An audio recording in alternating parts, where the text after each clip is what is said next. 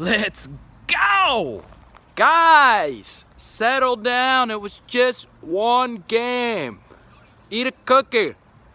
Okay? But look, something happened in the SEC this weekend. And for those of you that have been saying LSU's going to go 4-6 or 5-5, been commenting on my videos, with what happened in the SEC, you might actually have a point. I'll explain why coming up, but first, we're almost at 1K subs, okay?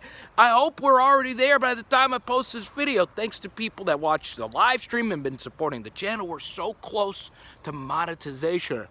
Go.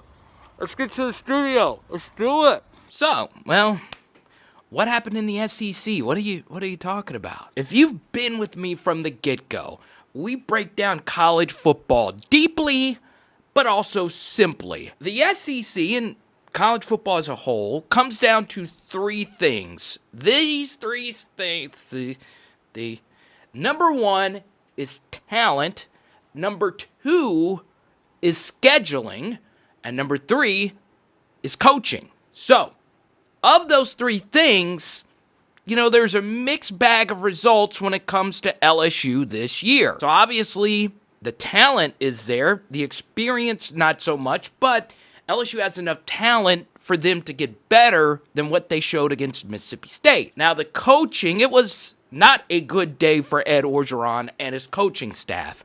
Obviously, the lack of adjustments on defense, did I really slobber? The lack of adjustments on defense were a huge alarm. And we obviously talked about that in our Bo Pelini episode. But, come on.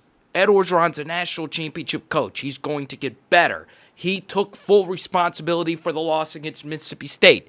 That is awesome, okay? You want your leaders, whether it's coaching, whether it's your teacher, your boss, politics, whatever, you always want your powerful leaders to accept responsibility for things because it makes things easier for everyone in your organization. So I'm happy for Ed Orgeron doing that, and he's going to coach this group better. It's that number two thing, and it happened in the SEC this weekend. LSU's schedule got a lot tougher after week one in the SEC. The non-top 15 recruiters on LSU's schedule all played good. In fact, they played way better than expectations. And remember, I said this in a radio interview last weekend in Alexandria. I've said this in pretty much every video, that there is a huge gap between the teams that are top 15 recruiters on LSU's schedule, Texas A&M, Florida, Alabama, and Auburn, and the 6 teams that are not top 15 recruiters, Mississippi State, Ole Miss, Arkansas, South Carolina, Missouri, and Vanderbilt. So, those 6 teams all showed promise. LSU's in a good position with their schedule because they don't have to play any of those big 4 teams in back-to-back weeks. That is obviously a very good thing. The bad thing is that these 6 weaker teams all looked considerably better than what they were last year. And out of all the major sports that we love here in America, there is no sport where your schedule matters more than college football.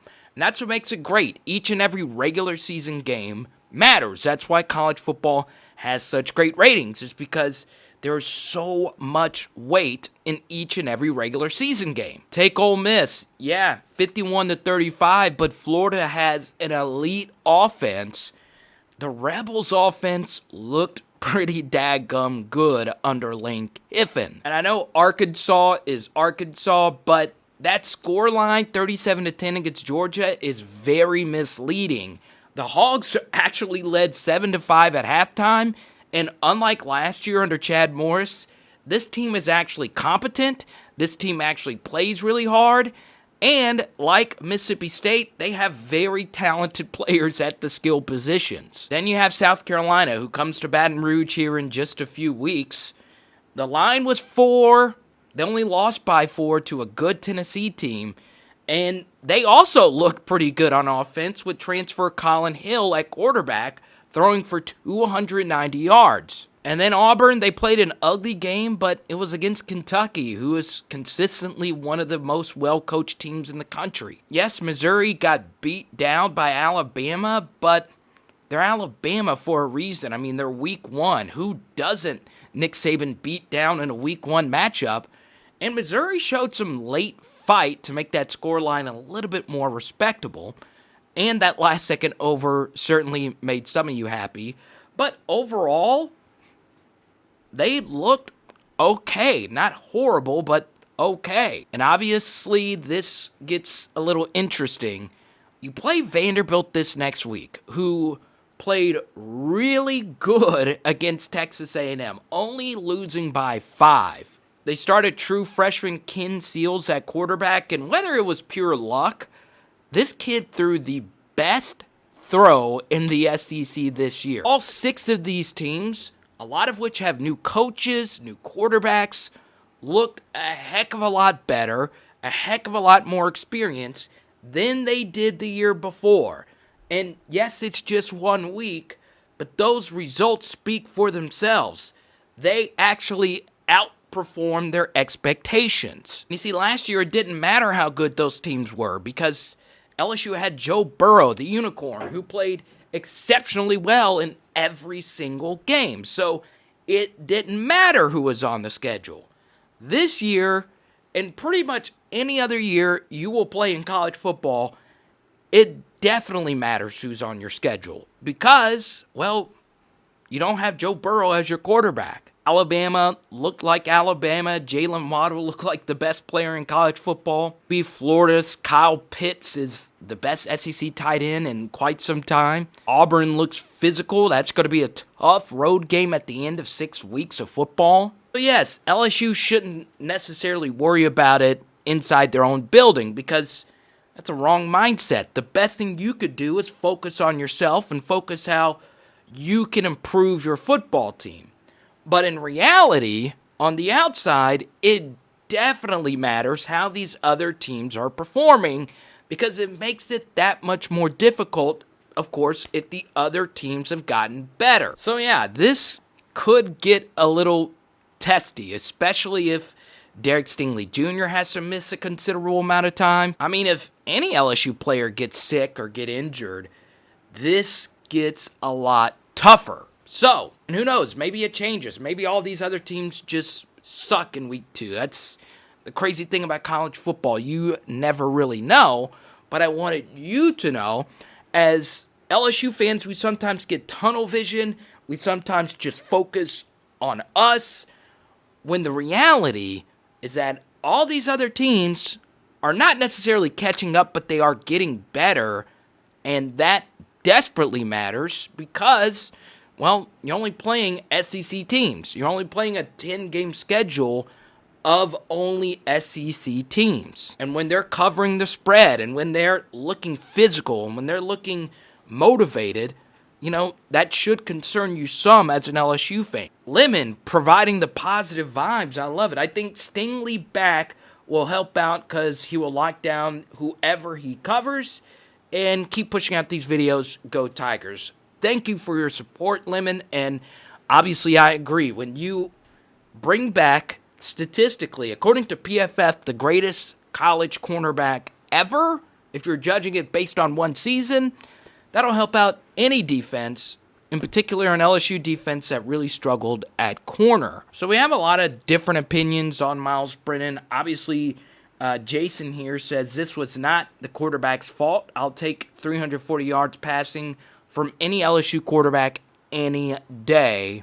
And then we have people like Samay who says, I think I'm saying your name right, Samay, Myles Brennan doesn't anticipate routes. So both of those things can be true. Yes, Myles Brennan threw for a lot of yards, but that was also in large part because it was a passing game and LSU had to throw to keep up with what Mississippi State was doing offensively. And also, you know, the offense is way different than any other LSU offenses prior to last year. And as we pointed out in our Myles Brennan film study, Samay does bring up a good point. Myles Brennan doesn't anticipate routes. I think I read somewhere that Myles Brennan said that he wasn't going to throw if there were defensive linemen in his passing lane. Well, that's obviously got to change. You know, it's the SEC. These guys are so athletic, so tall.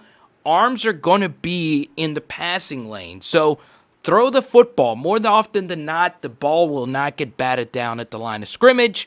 So I get Myles Brennan. It's the speed of the game. It's learning on the fly. These game reps are hard to come by. I do believe he gets better these next few games. But if he doesn't, obviously, you got to think about making a change at quarterback. Whether that be TJ Finley or Max Johnson, that's still up in the air. This is easily my funniest comment from Marcus. As far as in-game adjustments with Bo Pelini, I could go into details for hours on this, but I could summarize it in one sentence. I've played pickup games with 20 strangers on the West Bank in New Orleans where we were able to make more detailed halftime adjustments, drawing in the dirt with our fingers. That's so good. So yeah, it's funny yet it's kind of not funny. I think Bo got the message, and I believe he will improve. Road to 1K, let's do it! Power, Hour LSU. Boom. I think we're doing pork chops tonight. Got any pork chop fans out there? All right, let's go.